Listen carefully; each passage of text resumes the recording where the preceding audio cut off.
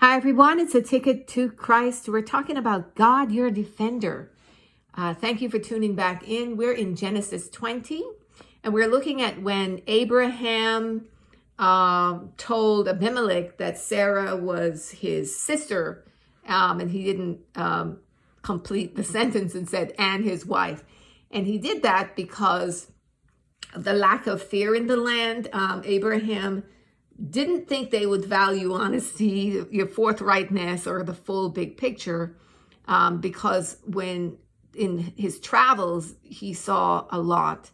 And so I think Abraham felt he wouldn't give his pearls, to pigs, so to speak, like throw the value of his life before their feet or throw himself at their mercy. Abraham would prefer to throw himself at the mercy of God by, his approach than throwing himself at the mercy of man by being forthright about the big picture of his life. That is what I get from this when I read it. So let's read it. And Abraham journeyed from thence toward the south country and dwelled between Kadesh and Shur and sojourned in Gerar. And Abraham said of Sarah his wife, she is my sister. And Abimelech, king of Gerar, sent and took Sarah. But God came to Abimelech in a dream by night and said to him, behold, thou art but a dead man, for the woman which thou hast taken, for she is a man's wife. But Abimelech had not come near her, and he said, Lord, wilt thou slay also a righteous nation? Said he not unto me, she is my sister? And she herself said, he is my brother. In the integrity of my heart and innocency of my hands have I done this. And God said unto him in a dream, yea, I know that thou didst this in the integrity of thy heart. For I also withheld thee from sinning against me. Therefore suffered I thee not to touch her. Now therefore restore the man his wife, for he is a prophet. And he shall pray for thee, and thou shalt live. And if thou restore her not, know thou that thou shalt surely die, thou and all that are thine. Therefore Abimelech rose early in the morning and called all his servants and told all these things in their ears. And the men were sore afraid. Then Abimelech called Abraham and said unto him, what hast thou done unto us?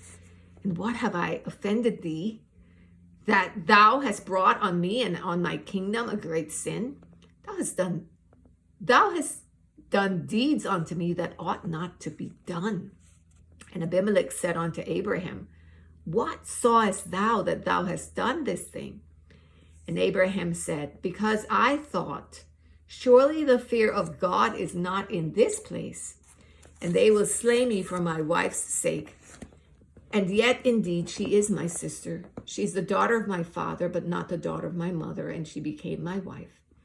And it came to pass, when God caused me to wander from my father's house, that I said unto her, this is thy kindness, which thou shalt show unto me at every place whither we shall come. Say of me, he is my brother.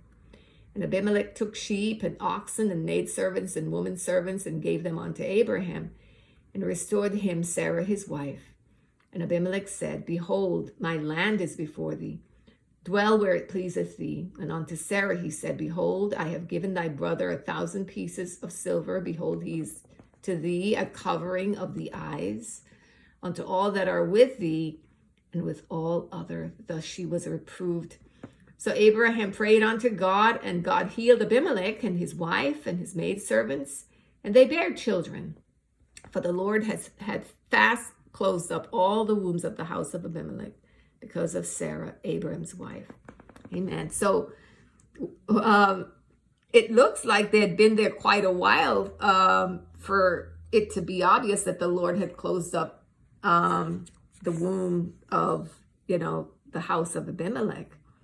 So what is jumping out at you? What are you seeing?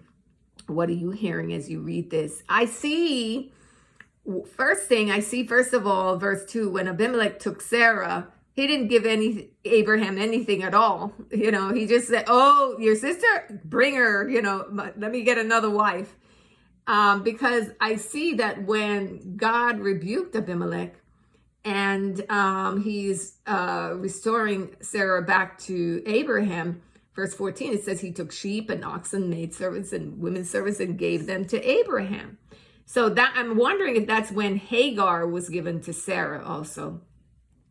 I also noticed that even though Abimelech was not in covenant relationship with God, God still protected him, because Abimelech did not know that he was doing something wrong. So it says that God protected him from sinning against him because of that, and because it was in interaction with Abraham. And Abraham was in covenant relationship with God.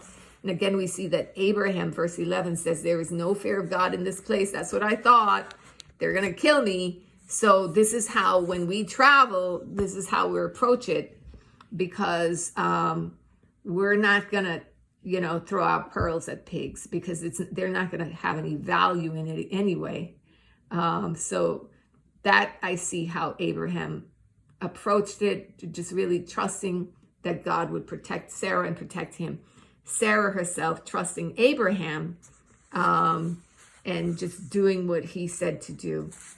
So I see here how God defended Abraham, shut up the womb of these people, spoke directly to Abimelech and rebuked him, and or corrected him.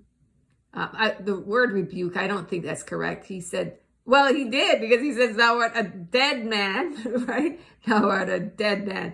So God came forcefully to Abimelech. So God defended and protected both Abraham and Sarah. And this is a very complex situation, complicated situation, a kind of treacherous situation when you think about it.